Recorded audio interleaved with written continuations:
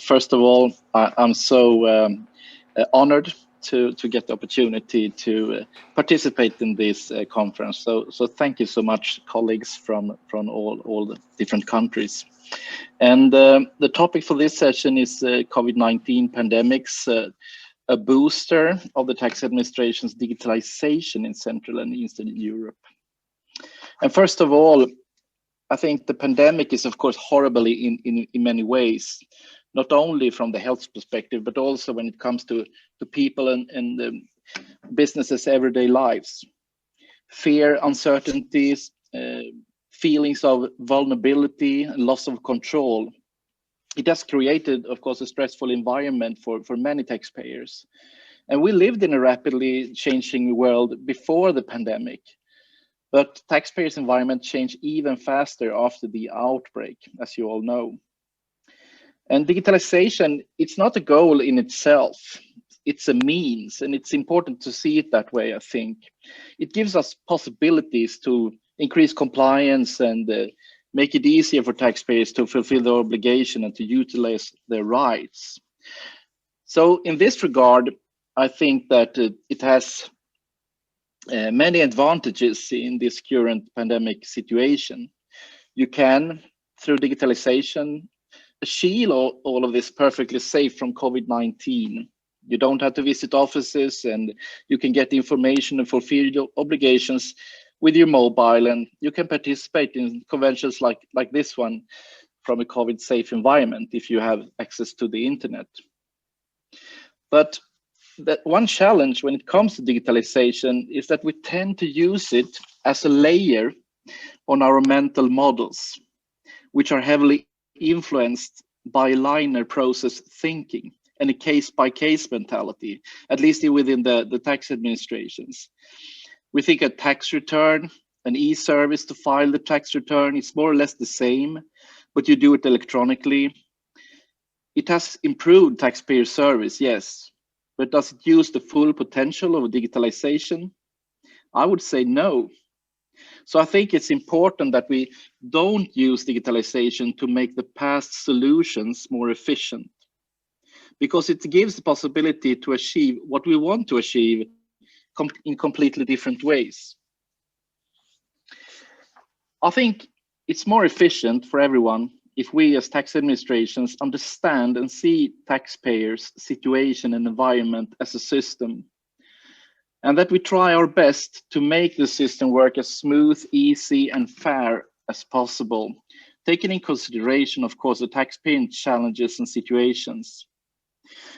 So instead of building an e-service where you can file your return, we may cooperate with software developers, resulting in solutions perhaps accessible in the software the taxpayers use, like bookkeeping systems, you have salary systems, banking systems, integrated solutions. It may be much easier for taxpayers instead of like 50 different e-services to different agencies.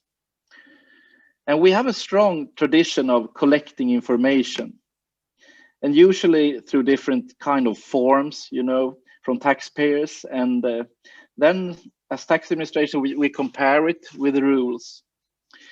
But digitalization gives us the possibility to break this kind of thinking and working. And let me give you an example.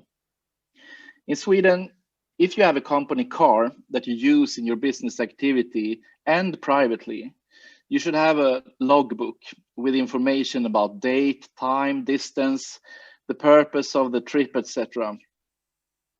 And there are, of course, some tax issues related to this information. I mean, as a taxpayer, you can read about these tax issues and the logbook on our website. And we could have built an e-service for taxpayers where you can fill in this information, but it's also possible to just have a button in the car.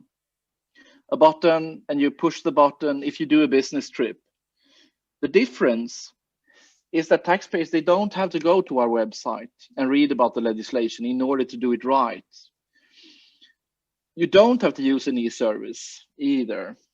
But we as tax administrations, we have to give like clear and up-to-date information as algorithms, as input to those who develop these systems in the cars. The logbook, it's generated automatically with a minimum of administrative burden. And the taxpayers, they fulfill their obligation in their environment. So what we do is to bring the rules to taxpayers' information to get it right from the start. Not to collect the taxpayers' information and compare it with the rules after the transactions have occurred, which we have done historically many times. And tax compliance by design, which use blockchain technology and application programming interfaces, we think that is the way forward as we see it. And we also, as Anthony stressed out, we want to really make sure that the solutions are safe and secure.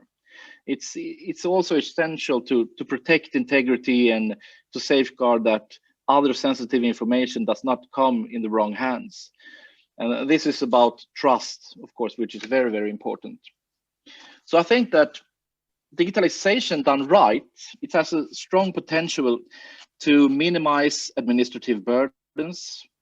We can increase predictability and get it more right from the start. But digitalization done without understanding and considering taxpayers' perspective, it may backfire. And let me give you an example. The thing is that many taxpayers, they still call or visit us, even if we have digital services. And some people, they have read the information on our website and still call or visit us with the exact same issue they have read on the web. And sometimes we tend to think that this is strange. We ask them, have you read the information on our web? And they say, yeah. But this example, which I think you all can relate to, says more about our sometimes introvert perspective. Because when listening to taxpayer, it's clear that it's not easy or obvious for them that this information is the only relevant information that they have to read or consider. I mean, we, in this conference, perhaps we know about taxes and we can automatically put this in a context and we do it without thinking about it. But for those who does not know the context, which I think is the majority of taxpayers, it can be very hard to understand what to do in order to do it right. And here I think digitalization done right could strengthen taxpayers' awareness. It can strengthen sense of control and understanding and minimizing uncertainty and increasing predictability, which I think, because what Anthony said, the pandemic, it will go on for some time, is very, very important right now. And we as tax administration, we can achieve this. The taxpayers, they will not feel the need to call or visit us because of uncertainty from their perspective.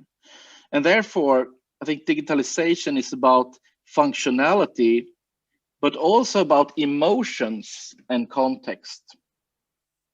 And the topic for this session was if the pandemic situation can be a booster for tax administration's digitalization. And I think the answer to that question is yes. But it's not the same as if it benefits taxpayers and tax administrations. Because in order to do so, it's more about how we use digitalization. It's not a good idea to start from our own internal processes, which we sometimes do. Instead, I think in order to success, we need to start from taxpayer situation and taxpayers' perspective and ask ourselves, how can we contribute and improve this situation? We should strive for understanding emotions like sense of control, fairness, and predictability, and use this knowledge when we build and improve IT solutions. We should see digitalization as part of a system, an environment with perception of fairness and unfair competition. And also one thing that is very important, which we realized at the Swedish tax administration, is that when the pandemic broke out, our system, they were not so flexible. So the legislation was fast, but it was hard for us to adopt this legislation into our IT system. So I think a good idea for the future, it is also to build a system ready for fast changes, because new things can happen. And cooperation and voluntary approach is essential, as I see it. If we make solutions so good that taxpayers prefer them, it's better than forcing taxpayers to use them. So digitalization, considering these perspectives, have, in my opinion, strong potential to create value and an easier everyday life for both taxpayers and tax administration, as well as contributing to a good development in society, especially when it comes to Central and Eastern European countries. Thank you.